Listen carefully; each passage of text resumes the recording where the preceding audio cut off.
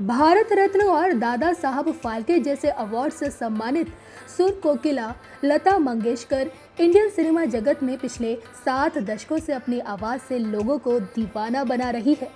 ये बताते हुए बेहद खुशी महसूस हो रही है कि इस साल 28 सितंबर को वो अपना 51वां जन्मदिन सेलिब्रेट कर रही हैं। सुर कोकिला लता मंगेशकर का जीवन बेहद संघर्ष भरा रहा। उनके जीवन में ऐसे कई उतार चढ़ाव आए जिसकी वजह उनका लक्ष्य संकल्प और भी मजबूत होता चला गया। आइए जानते हैं लता मंगेशकर के बारे में वो बातें जो अब तक आपने कहीं नहीं सुनी होगी। लता मंगेशकर का जन्म 28 सितंबर साल 1929 को इंदौर के एक मध्यम वर्गीय मराठी परिवार में हुआ था।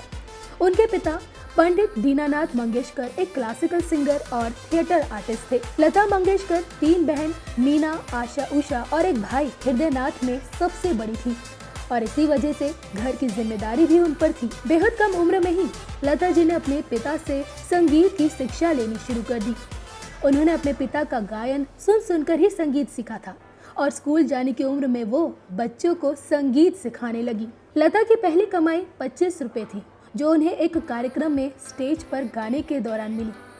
उन्होंने 5 साल की उम्र से ही अपने पिता के साथ एक रंगमंच कलाकार के रूप में अभिनय करना शुरू कर दिया था और मुंबई आने के बाद उनके अभिनय का ये सफर जारी रहा। लता जी जब 13 साल की थी तो उनके पिता का निधन हो गया था।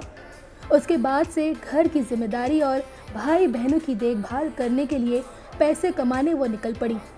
इंदौर से 1945 में मुंबई आ गई और उन्हें साल 1946 में हिंदी फिल्म आपकी सेवा में पा लागू कर जोरी गीत गाया। लता मंगेशकर को अपना पहला ब्रेक मास्टर गुलाम हैदर ने फिल्म मजबूर के गीत अंग्रेजी छोरा चला गया में गायक मुकेश के साथ गाने का मौका दिया गया। लता मंगेशकर ने 36 भाषाओं में 50,000 से ज्यादा गीत गाए हैं।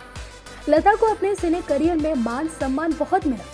वो फिल्म इंडस्ट्री की पहली महिला हैं जिन्हें भारत रत्न और दादा साहब फाल्के पुरस्कार प्राप्त हुआ। उन्होंने 1942 में आई फिल्म पाहेली मंगला गौर में अभिनय भी किया।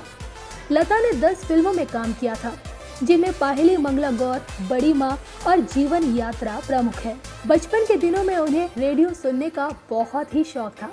18 साल की उम्र में ही उन्होंने अपना पहला रेडियो खरीदा था और रेडियो ऑन करते ही उन्हें के.एल. सहगल की मृत्यु की खबर मिली थी, जिसके बाद उन्होंने वो रेडियो दुकानदार को वापस लौटा दिया था। लता मंगेशकर और मोहम्मद रफ़ी ने साथ में कई सारे गीत गाए थे, लेकिन एक समय ऐसा भी आया था जब लता जी ने रफ़ी साहब से बात करना तक बंद कर दिया था। दोनों के बीच गानों पर रॉयल्टी को लेकर विवाद हुआ और ये तकरीबन 4 साल तक चलता रहा। शायद ये बात बहुत कम लोगों को ही पता है कि सिनेमा जगत में आने से पहले लता मंगेशकर का नाम हेमा हुआ करता था, लेकिन कुछ साल बाद अपने थिएटर के एक पात्र लतिका के नाम पर दीनानाथ जी ने उनका नाम लता रख दिया था। लता मंगेशकर ने एक इंटरव्यू के दौरान बताया था कि घर के सभी सदस्यों की जिम्मेदारी उन पर थी। ऐसे में कई बार शादी का ख्याल आता तो उस पर वो अमल नहीं कर सकती थी। बेहद कम उम्र में ही वो काम करने लगी थी। सोचा कि पहले सभी छोटे भाई बहनों को सेटल कर दें, फिर बहन की शादी हो गई, बच्चे हो गए तो उन्हें संभालने की जिम्मेदारी आ गई और इस तरह से वक्त निकलता चला गया और उन्होंने शादी नहीं की।